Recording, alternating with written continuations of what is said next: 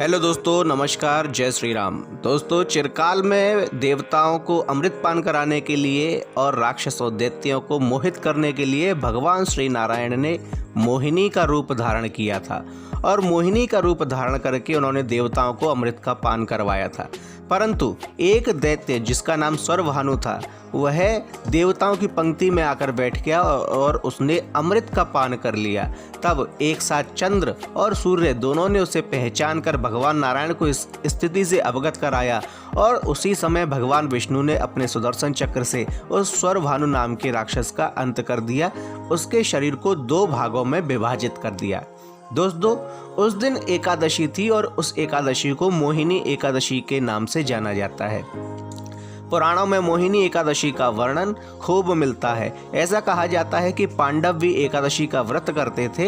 हालांकि अपनी भूख को बर्दाश्त न करने के कारण भीमसेन सिर्फ निर्जला एकादशी का व्रत रहते थे, परंतु अन्य पांडव सभी एकादशियों का व्रत रहते थे और उन्हीं में से एक है मोहिनी एकादशी।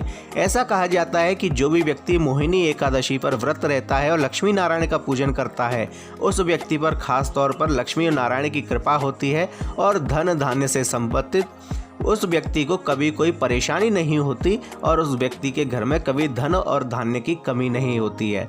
दोस्तों, आज हम बात कर रहे हैं मोहिनी एकादशी की, जो कि भगवान विष्णु को अत्यंत ही प्रिय है और भगवान नारायण को जो चीज़ प्रिय होती है उसको अगर कोई व्यक्ति करता है तो उस पर श्री नारायण की कृपा बरसती ही बरसती है। तो दोस्तों, कब है एकादशी, किस दिन इसका व्रत रहना है, आज के इस वीडियो में आप जानेंगे। वीडियो को अंत तक अवश्य देखिए और एक बार इसे लाइक कर दीजिए।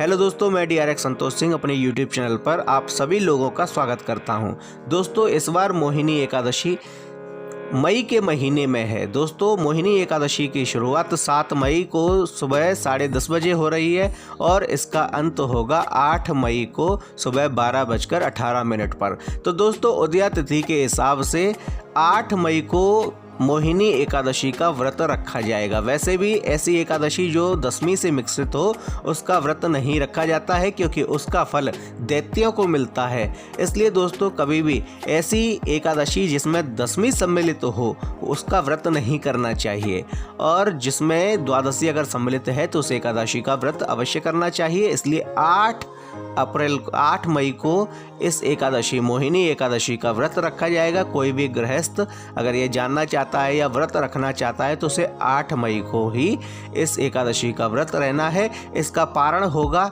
अगले दिन यानी कि 9 मई को सुबह 5:34 से लेकर 8:10 के बीच में। तो दोस्तों, आप इस एकादशी का पारण के समय पर ही करें। ऐसा करने से एकादशी के व्रत का पूर्ण फल आपको प्राप्त होता है। धन्यवाद।